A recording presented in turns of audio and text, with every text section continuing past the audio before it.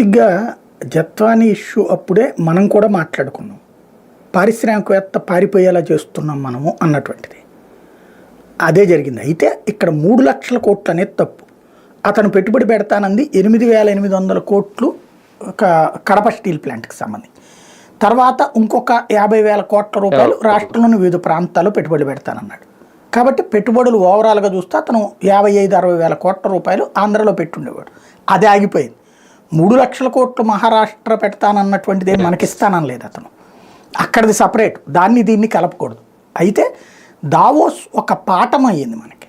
ఎందుకు అంటే మనం ప్రచారార్భాటంతో ఏమైనా చెప్పుకోవచ్చు.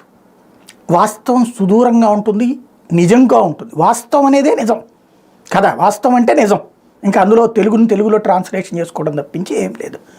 ఇక్కడ ఏం జరుగుతున్నది, ఆంధ్రప్రదేశ్ అనేటటువంటిది ఎప్పుడైనా సరే కీలకమైనటువంటి పరిణామం. ఆంధ్రప్రదేశ్కి కావాల్సినటువంటిది ఏంటి? పెట్టుబడులు రావాలి అంటే ఏం కావాలి? ఒక ఫేస్ కావాలి. యాంకర్ అంటాం అనమాట. ఫేస్ అన్నటువంటి సందర్భంలో అది ఎక్కడి నుంచి వస్తుంది ఆంధ్రప్రదేశ్కి? చంద్రబాబు ఫేసో, సాయి ఫేస్ చూస్తేనో, లేకపోతే జగన్ ఫేస్ చూస్తేనో కాదు కదా.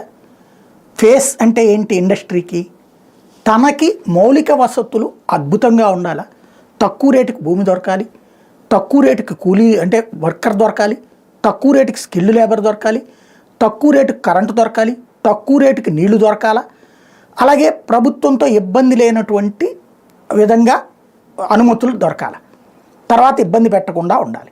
కానీ ఆంధ్రప్రదేశ్లో గత 10 సంవత్సరాల నుంచి మనం చూస్తే, గత 5 సంవత్సరాల నుంచి చూస్తే జగన్ మీద ద్వేషంతో పారిశ్రామికవేత్తల్ని వేధించాం. లైక్ కొరియాకి సంబంధించినటువంటి సంస్థ కదా, అప్పుడు అగ్ని ప్రమాదం జరిగింది. అగ్ని ప్రమాదం అనేది అగ్ని ప్రమాదంగానే చూడాలి. విశాఖపట్నంలో జరిగినటువంటి అగ్ని ప్రమాదం. ఇప్పుడు ఈ మధ్యకాలంలో కనీసం 7-8 అగ్ని ప్రమాదాలు జరిగినాయి కదా. కానీ దాంట్లో ఏమైనా ఇంత అరాచకం జరిగిందా? ప్రచారం కానీ లేకపోతే రాజకీయ సినిమాలు సృష్టించడం కానీ ఏమైనా జరిగిందా? లేదు కదా. ఆ రోజున ఎంత చేసాం ఎల్జీ పాలిమర్స్ ఇష్యూలో. టోటల్గా ఆ సంస్థకు సంబంధించిన ప్రతినిధులు అరెస్ట్ చేయించి జైల్లో పెట్టించాం. ఎందుకు?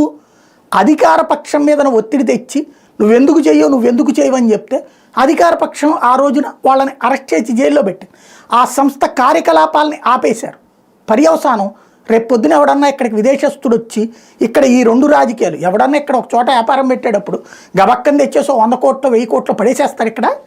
దానికి ముందు అంతా చూసుకుంటాడు కదా. ఊరికూరికినే రెచ్చిపోయేటటువంటి సంఘాలు, ఊరికూరికినే రెచ్చిపోయే రాజకీయాలు, ఆ రాజకీయాల మధ్యన పారిశ్రామికవేత్త నలుగుతాడు అనడానికి సాక్ష్యం అప్పుడే జరిగింది.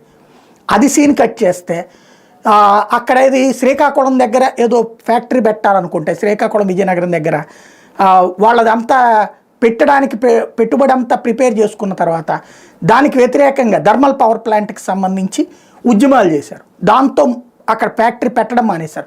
అణు విద్యుత్ కర్మాగారం ఉత్తరాంధ్రలో పెట్టడం మానేశారు. ఎందుకని? ప్రజా ఉద్యమాలు కాదు. ఇక్కడ మనకి గోదావరి జిల్లాలో ఆక్వా పరిశ్రమకు సంబంధించి తెలుసు కదా. రాజకీయంగా స్టేట్మెంట్లు కూడా మూసేస్తానంటాం జరుగుతూనే వస్తున్నాయి. ఇట్లాంటివన్నీ నడుస్తున్నప్పుడు ఎట్లా సాధ్యం అవుతుంది? ఇప్పుడు తాజాగా జరుగుతున్నటువంటిది ఎక్కడో ఎందుకు జిందాల్ ఇష్యూలోనే ఉంది.